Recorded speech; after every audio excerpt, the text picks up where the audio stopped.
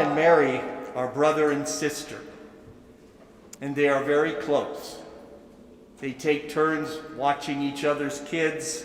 They spend holidays and birthdays together, enjoy each other's company, and basically would do anything for each other.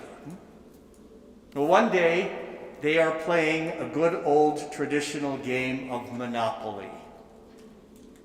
They're neck and neck with ownership of properties and cash as they keep going around the board. And they're having a great time until a question comes up they can't answer. Mary plans to do something with her property, and John says, "You can't do that." "Why not?" "It's against the rules." "No, it's not." "Yes, it is. I'm sure of it. It's against the rules." "Let's look it up. I think you're wrong." And the argument has begun. I'm sure no one in the room here has experienced anything like this before. The argument probably won't be settled because, like most games you've had for a long time, you can't find the rules. So, rules. Rules. What do the rules say? Can I do it or not? Can I eat meat today? Do I have to fast today? It's my birthday. Is it a sin if I complete the sentence? If you don't pay your medical bills, we'll attach your wages. If you don't pay your taxes, you're going to jail. And on we can do with rules. Rules and laws are important for an orderly society to determine one's boundaries, one's rights and responsibilities. But the law itself can become an idol to which we can defer our very sensibilities. The Ten Commandments are given to us not as an end in itself, but as an essential guide in relationships. First with God, then with family, especially our parents, and then everyone else. And the very first commandment says, "You shall not have other gods besides me."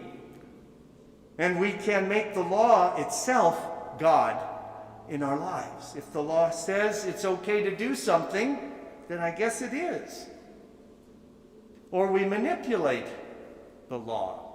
"You shall not steal." Well, that doesn't exactly mean not to take music off the internet or to take movies. After all, that's not exactly stealing. They still have their whole product, right? "You shall not kill." But if it's a life within my own body, it's really not killing, so the law says. Nor if it's an enemy I'm fighting. "You shall not commit adultery." Well, that doesn't exactly talk about what unmarried people can do and not do. And I guess you can covet your neighbor's husband, you just can't covet your neighbor's wife. That's what it says. We can get all kinds of convoluted scenarios with the law of God, even, if we fail to see it about guiding our relationships, first with God, and then with each other. Jesus drives the sellers and the money changers out of the temple area,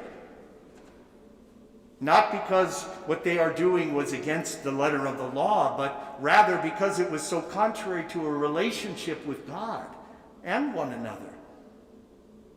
They were selling these animals for sacrifice in the temple at this Passover time. All were expected to buy animals for sacrifice, even the poorest folks. Those were the ones who bought the doves.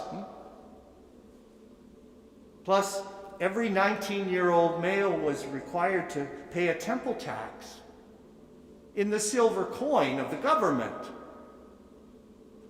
The temple tax lined the pockets of the authorities and the money changers, who got a little cut when they changed the Jewish money for the Roman money.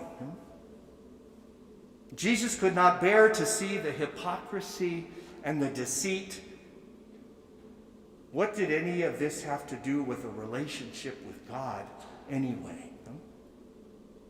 But when Jesus reacts this way, the people are shocked, because this is the way it is. It's what they did. It's what their law said to do. And it's about what the power said to do. We do that all the time, I think. In waging war, justifying our way of living. But in Jesus Christ, not only the tables are overturned, power itself is overturned. Paul says the cross is a stumbling block. It is foolishness to some. To human eyes that look to power, the crucified Christ symbolizes impotence and absurdity. But when we see the actions of Christ with love, not absurdity, but absolute love, everything changes. Relationship. This loving, jealous God forever desires to grow closer to his people. And the temple that is Christ's body, offered up, even overcomes death. And we say and believe now dwells in the temples of our bodies, of all who are baptized in his name, the body of Christ. What idols do we embrace that keep us from action, from overturning the tables that keep love hidden? The idol of success or comfort or getting ahead or fitting in or winning the game, or just the idol of our own image, our own ego. What fears are there that make us run to the rules to define what we do next or don't do next? Perhaps when we tear down those fears, we too can abandon ourselves to the love of God